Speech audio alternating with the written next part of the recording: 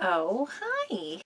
Today I'm gonna iron a bunch of little tiny stars and not so tiny stars onto this crop top that I barely have in frame right now. So this video is probably going up on Saturday, and if that is the case, then this past Wednesday I uploaded a video on how I made this crop top out of like a open face, very dumb looking cardigan. And that was phase one of me making like a femme Rocketman outfit from the Crocodile Rock scene, because I am a little obsessive about things sometimes. I'm just like so inspired by that outfit to make something more me, you know? I'm not as into the giant overalls, and I fucking hate long sleeves. Not that crop tops are a usual go-to for me, but I have a vision, and this is now onto phase two, which is covering this in stars. I did use my Cricut to cut all of these out. So it cut into the vinyl and then I just trimmed all of the plastic. It actually took for fucking ever to do this. And I ended up using an entire 12 by 12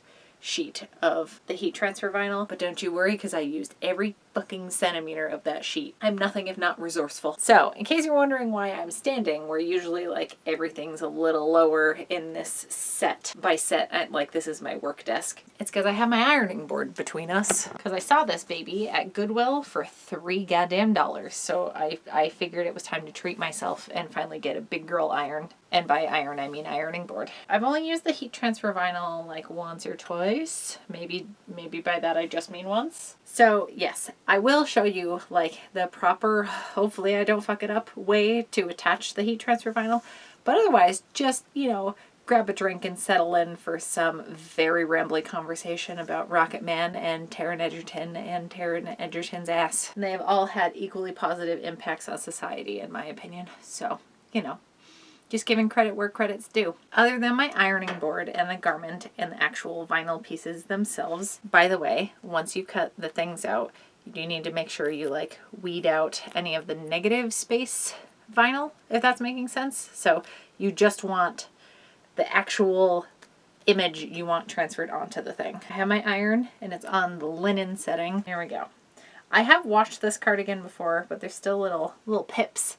I call them bibbits, but I don't know the origin of that other than my dad grew up in a French Canadian neighborhood and that's what he always called like little teeny extra fiber bits that ball up on your sweaters and stuff. I don't know if that's a French thing, a French Canadian thing, if that's just a him thing. Let me know what you call them. Anyway, so I'm just trying to make my cardigan, my what once was a cardigan is now a crop top garment as unbibbity as possible. Oh, other than all the other shit I did or didn't list, I need like a press cloth.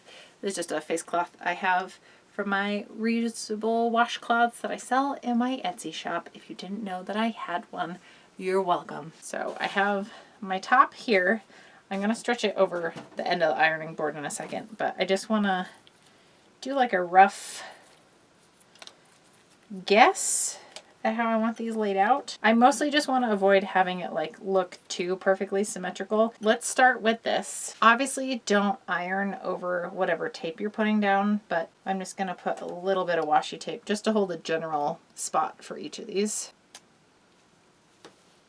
All right, so also the plastic, like the lining, is facing up and the actual vinyl heat transfer stuff is touching the fabric. So I'm just gonna do these one at a time. It says to preheat the surface. Ooh, fuck. Oh no. Okay, it's okay. It's gonna get covered in stars. Oh my god, what did I just do? This is why I use a press cloth. I'm like scared of melting this some more. Look at the iron print. 13, 14, 15. Set this down. 28, 29, 30. I'm not gonna touch. That's a lie. I'm gonna touch. I'm gonna flip it over. Okay, it's at least staying on. Star is here. Don't burn your own fingers. 27, 28, 29, 30. Okay, now I'm gonna peel this. Man, okay, so this just needs way more time and pressure than I thought. And then, yeah, it also said to hit it with some heat without the liner on. So, you know, I'll take it. It's on. For a second there, I was really scared it wasn't going to work. Unfortunately, what I have learned is this is going to take probably 4 times longer than I thought it was going to. But hey, the sacrifices you make for art, right? What this is actually going to do is keep me from eating the second half of the pizza I got for lunch. So it's good. Keep my hands busy, because that is something that'll happen if I'm like just sitting and editing these for hours at a time. I get very like munchy, and I can't help but go through a whole bag of popcorners. At least actively having to keep my hands busy and not covered in Cheeto dust. I just went on a big old ramble, so rather than just jumping to the end, I'm gonna voice over with that. Because it's about fandoms and shit that you like. I'm not saying it's shit, but like things that you like. I'm just apparently incapable of not using coarse language. And then hopefully I have remembered to put in footage of me ironing the things by this point. So here we are, just repeating everything else I did for the next hour and a half probably, because there's 1,000 stars to do. And let's talk about some things. 10 points to me for perfectly smooth narration so far. I can only imagine it's gonna get better once I pour myself some wine. So I made a joke about just spending any of my ironing time fangirling about this movie. I think it's genuinely very good. I did not know it was a musical when I went into it. Glad it is. I think it lends itself to like Elton John's whole vibe, you know? The like magical, fantastical elements are so great. The costumes, obviously that's like the thing I'm gonna be most drawn to. I'm just so glad something that magical can come out and like give me this level of joy this late in my life. I just turned 30. Watching the movie, I cannot help get such a big grin during certain scenes. It's an absolute gift to me. I don't read reviews of things, so I don't know like critically how it's been received, but I don't particularly give a shit because it's not going to deter my enjoyment of this. It just makes me happy, and I really like everybody's acting in it. I mean, yes, including Taron Egerton and his hot pants, but like eating my favorite meal. That's how I feel when I'm watching this movie, but you know, for 2 hours and without any guilt. The one other person I'm friends with that has gone to see Rocketman feels similarly to me about it. So if you have seen it, let me know your thoughts. If only this was sponsored by that movie. It's obviously very much so struck a chord with me. But if you have a movie like that, I mean, I'm very into the Potter series. I'm very into Tolkien. I'm very into the Mighty Boosh, which I was just talking about earlier today. There are lots of things that have carried me into my adulthood. This is just the first big thing I feel like I've fallen into, especially with how the past couple years have been. I'm just glad that I can feel this way about a piece of media. So let me know what your things you like obsessively talk about to other people are, because hearing people talk about shit that they're passionate about is one of my favorite things, even if I've never even heard of the thing they're discussing, whether it's a craft, a thing they do with their hands, a place they like to go visit, or a movie or book or something. Please share those with me. I know a lot of us have talked, so I'm familiar with some of them. I promise I will check out Supernatural. It's very much on my list, but I did realize this past weekend that I really have to go back and rewatch Buffy the Vampire Slayer. I've seen most of it, but never all the way through. So there was some stuff that I knew that my friend was talking about, because that's like her big thing, but there's so much that I was like, who the fuck is that person? I've never seen them before.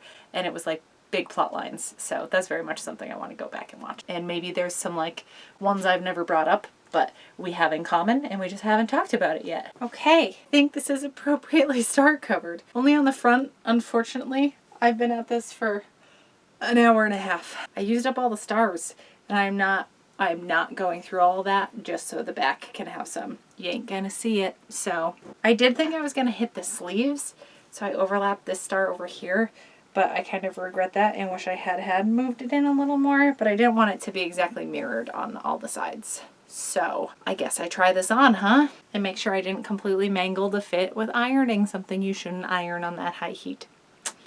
Okay, so I don't feel like we're in Dallas Cowboy cheerleader territory, which was really my big fear with having like too much symmetry or something happening, and I think we're still looking okay. The other thing I wanted to check, these little tiny stars that I have. This is like underwear bias elastic, like bias tape elastic, and I just happen to have it lying around and it does match pretty perfectly, so I think I'm gonna make little suspenders, and then they're gonna go on the skirt for this outfit. but that's gonna get into the next video. Yeah, I think this attaching down to the next project is gonna go well. Making progress. I'm excited about it. Once again, any video in a crop top, but getting better at framing it so you're not seeing everything down here. I have like a rash. I don't know if it's just from like the heat.